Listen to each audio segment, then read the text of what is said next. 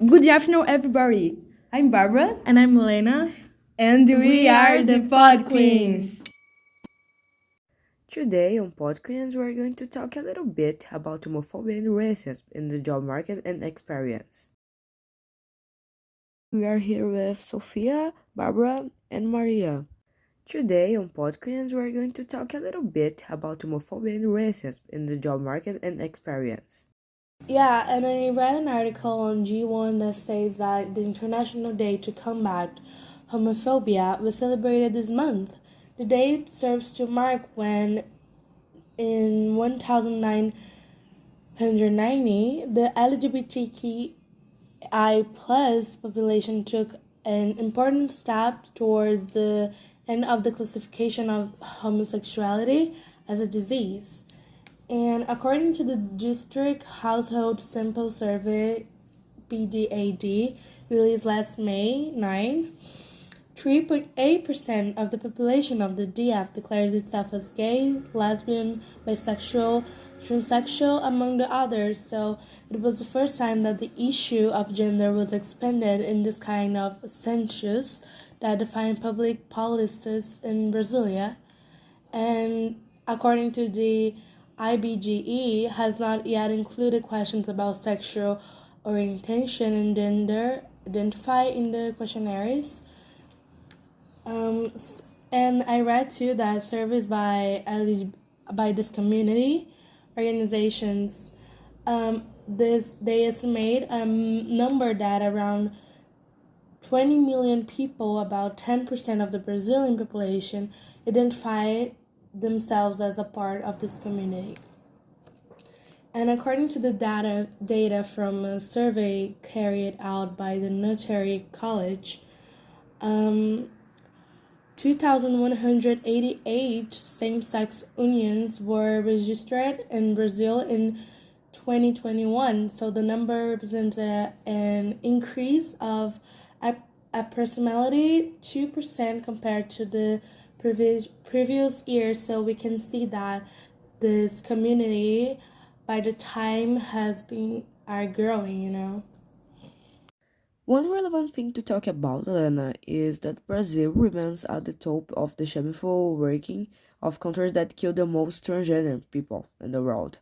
Last year, hate is 43.5% above the average monitor had since 2008, when the monitor was started. There has been a 201% increment in that period, according to the National Association on Transvestites and Transsexuals, ANTRA. And I also saw that many people don't know the difference between this term that encompasses the word trans. So transgender is the umbrella name for the whole trans community. So transvestites are women who were imposed to the masculine gender, but in that thing with the feminine, and do not make any kind of hormonal change or sexual resignation. Whereas transsexuals make this kind of chance. That is a simple difference. But good. Talking about homophobia in general, Sophia, how was your experience growing up being part of the community? How did you deal with this in your work? So, I was raised by my grandma, and she was extremely homophobic, and it was really hard to grow up listening to her saying all those bad things about the community when I was struggling with my sexuality. So, I had an irrational, actually, pretty rational fear of coming out to my family.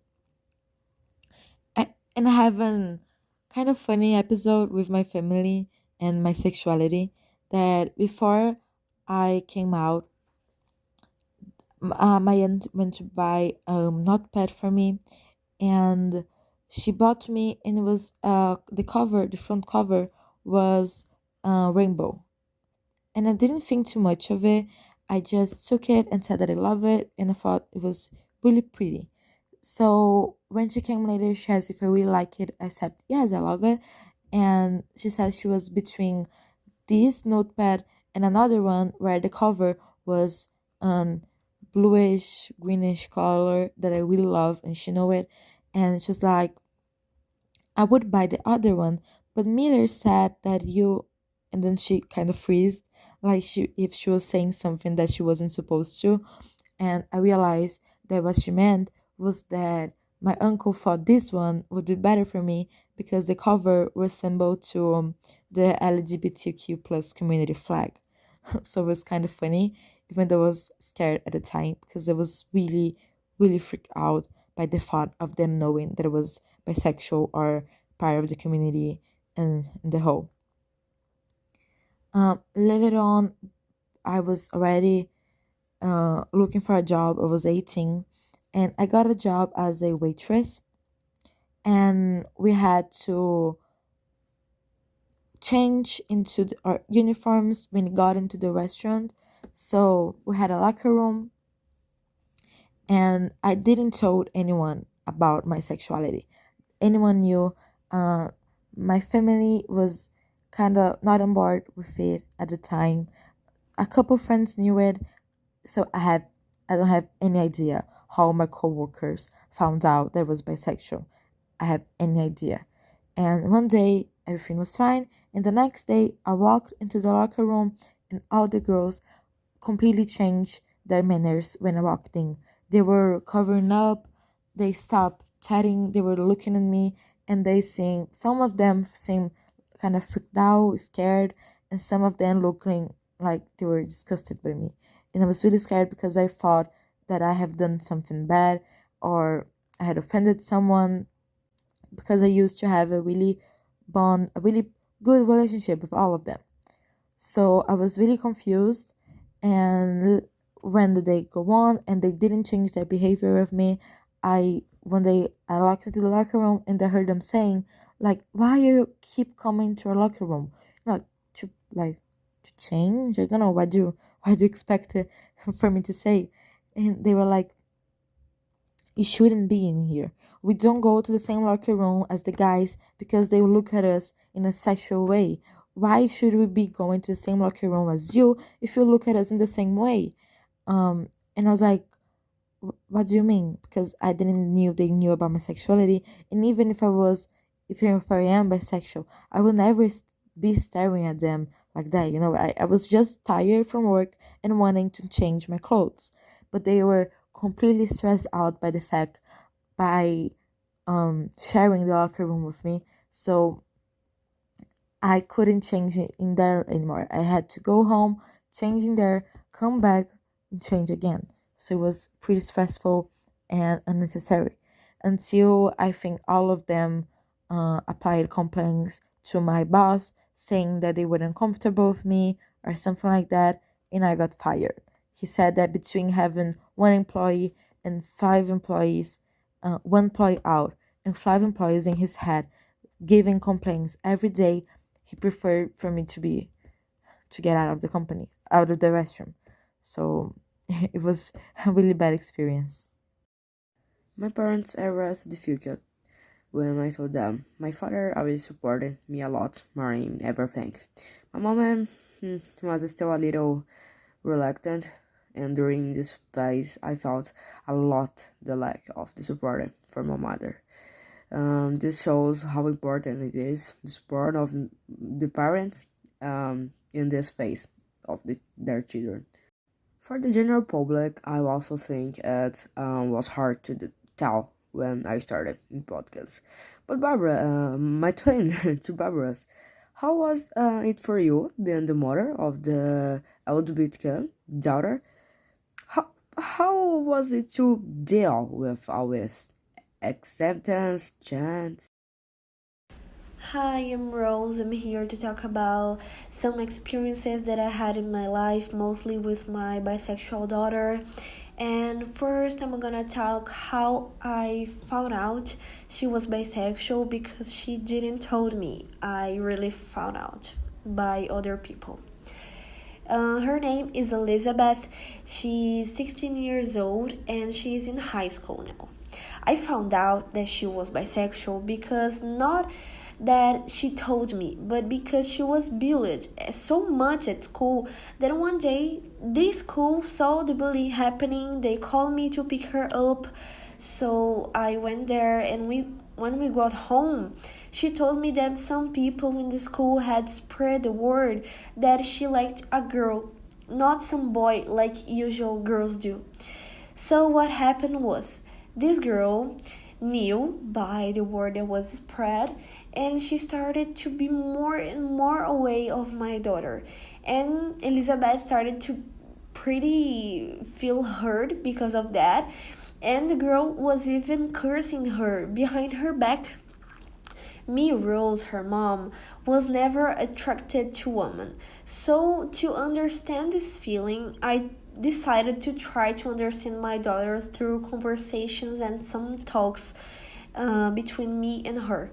What I think after all this that I've been through is that she's my daughter, and I will never stop loving her or start treating her differently for the way that she is, for the way that she chooses to love people. I really don't understand how people treat her so bad and even try to hurt her or hurt other people for loving other ones that they choose. Today, Elizabeth handled it very well. She is not afraid anymore to tell me and to tell anyone or her friends that she is bisexual because she accepts who she is, and she is pretty proud of her bisexuality, and this is very good. Okay, I'm really glad you guys were super okay about that. And one thing I suffer a lot because of my fame is losing jobs because some companies don't want me to represent them because of who I am. So in many places that I go, people look at me wrong because liking or not, my life's exposed on the internet. So there's no way to escape these judgments. And over time, you kind of get used to it.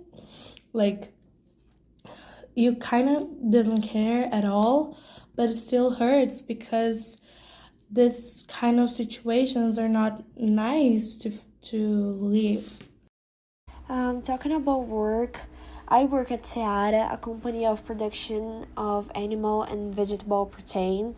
And inside of there, they are very concerned about integration of people, so there is no prejudice against any type of people. There, I have never experienced any situation of discrimination because in Seara, they know that this type of prejudice is not allowed. In BBB of last year, an employee there made a racist comment about João in Twitter from the BBB 21. And they fired this employee that made this racist comment. It was a very strong and significant attitude. I really enjoy it. Well, Seara makes you sign a contract like every other company, but in this case, Seara says that it's not correct that you can accept comments or acts that are homophobic, sexist, racist, or everything. Employment rates among Blacks and LGBTQ community are both the national average in Brazil at 17.2% and 21.6% respectively. So the lack of value to this community, Black professionals when they're getting a job, is also marked by racial violence and microaggressions, jokes, and mockery results in a overplaying of prejudice like racial, gender, and sexual orientation. So, Maria, would you like to tell us a little about your experience about? Hey people, this is Maria Clara. I am a businesswoman and I currently run a technology company that I am still including minorities in the workplace. The idea of racism is alive in workplaces is cortable. The problem depends in part on the factors of racism and exploited. True, we have made progress in combating poverty of discrimination, but racism is underground in this work transformator. 7 out of 10 Blacks employees have felt to lose the job because they color, and this is very worrying, as it should be something that should be not considered in the job interview. and 61% of tease victims don't report because I fear. And I was one of the tease victims, not only because of racism, but also because of my sexuality.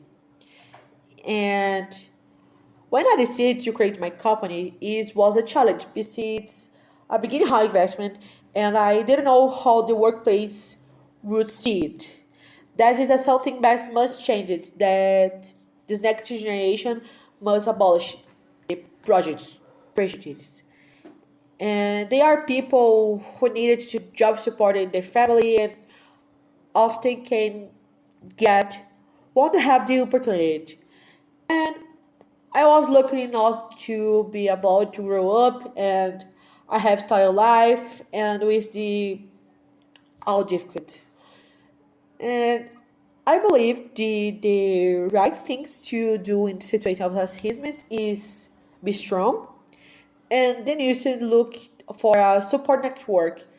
And everyone should learn of the front of stage is an a racist. It's not embarrassing situation that happen. And that's it. I hope helped you, and I love being of part of the podcast. Thank you so much. Thank you, Maria. And it's very sad to see that there's still people who do not respect others for their difference. Although many people have changed their way of thinking, there are still people who are prejudiced, who are mean, and do not respect others. Okay, guys, thanks for following along. We all see you in the next episode. Out here in PodQueens. Enjoy the month of Pride.